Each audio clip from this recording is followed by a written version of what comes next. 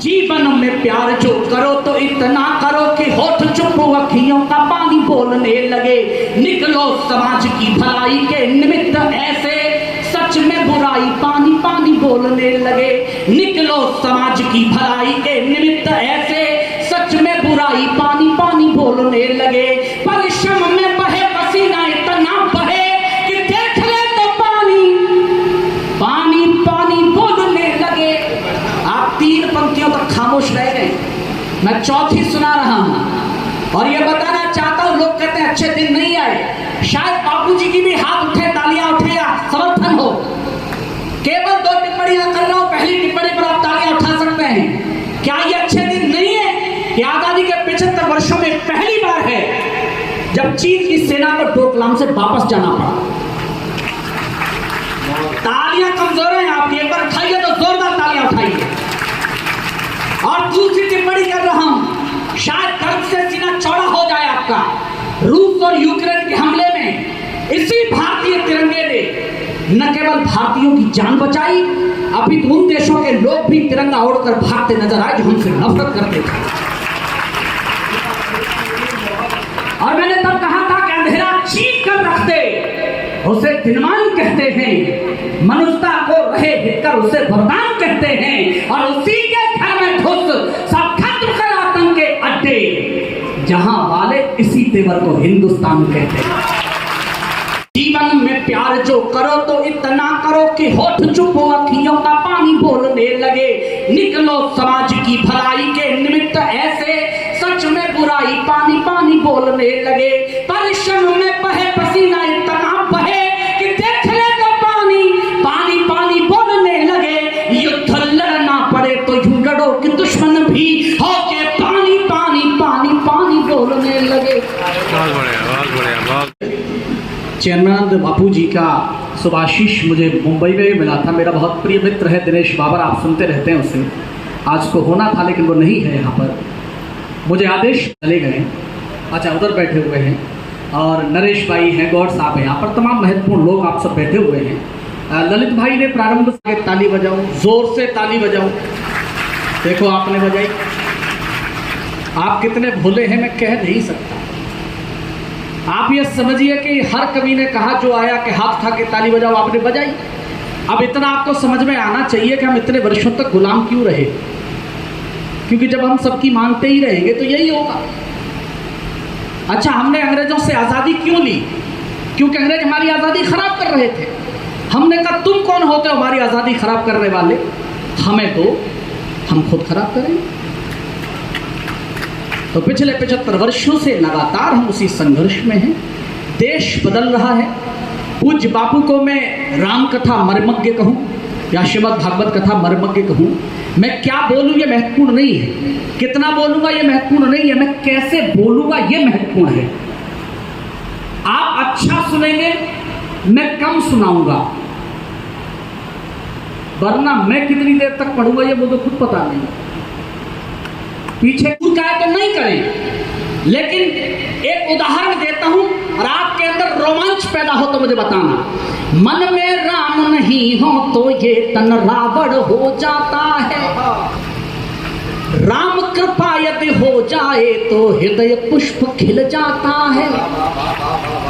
राम कृपा यदि हो जाए तो हृदय पुष्प खिल जाता है। घोर कष्ट भी हो जीवन में वो हंसकर झिल जाता है। घोर कष्ट भी हो जीवन में वो हंसकर झिल जाता है। और 2 पंक्तियां समझ लीजिए, आनंद आए तो बताइए। घोर कष्ट भी हो जीवन में वो हंसकर झिल जाता। पूरे मन से चाहा हो तो फिर दुश्मन का देश सही। राम भक्त को लंका में भी राम भक्त मिल जाता है। जो भी होते, नहीं ताली बजाया कर तो जोर से बजाया कर। जो भी होते हैं महान वे सीख जहां से लेते हैं। करके नद व्यवहार सभी के बनते सदा चहेते हैं। करके नद व्यवहार सभी के बनते सदा चहेते हैं। रावण सा अहंकार तो बने विभीषण भाई ही। और अगली पंक्ति पर सनातन परंपरा के लिए तालियां उठाना। रावण सा अहंकार तो बने विभीषण स्वयं ही सत्ता ठुकरा देते हैं। राम बनो तो भरत स्वयं ही सत्ता ठुकरा देते हैं। शांति चाहिए जीवन में तो प्रभु की भक्ति जरूरी है। शांति चाहिए जीवन में तो प्रभु की भक्ति जरूरी है। लेकिन अपने तेवर की भी कुछ अभिव्यक्ति जरूरी है। लेकिन अपने तेवर की भी कुछ अभिव्यक्ति जरूरी है। हिंदक क्रूर नैतिक कोई शक्ति ही न समझे जब जब, तब तब दुश्मन को दिखलाना अपनी शक्ति जरूरी है। तब तब दुश्मन को दिखलाना अपनी शक्ति जरूरी है। और योगेश्वर कृष्ण की भूमि से केवल 4 पंक्तियां पढ़ता हूं।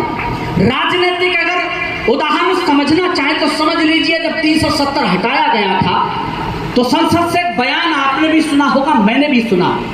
एक राजनेता ने कहा कि हमें संवाद करना चाहिए, इस तरह का निर्णय नहीं लेना चाहिए था, संवाद करना चाहिए था। तो मैं उनसे जानना चाह रहा हूं, महाशय फिर पिछले 75 वर्षों से हम कर क्या रहे थे? संवाद ही तो कर रहे थे। लेकिन योगेश्वर कृष्ण की रसराज की भूमि में बैठे हैं आप। समर्थन करना तो आकाश पर करना, वरना खामोश होकर सुनना। मैं 4 पंक्तियां यहां से निवेदन कर रहा हूं, सुने। विफल शास्त्र के हो जाने पर शस्त्र जगाना पड़ता है।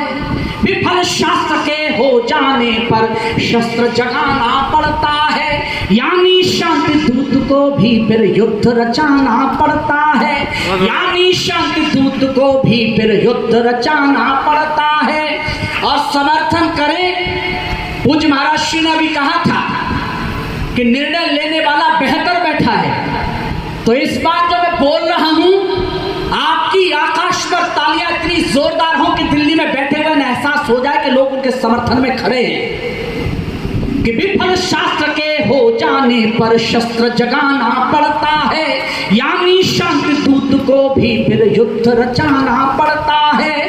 जब अधर्म हावी हो जाए और धर्म सहमा सहमा, तब तब वंशी त्याग कृष्ण को चक्र उठाना पड़ता है। बढ़िया बढ़िया बढ़िया। तब तब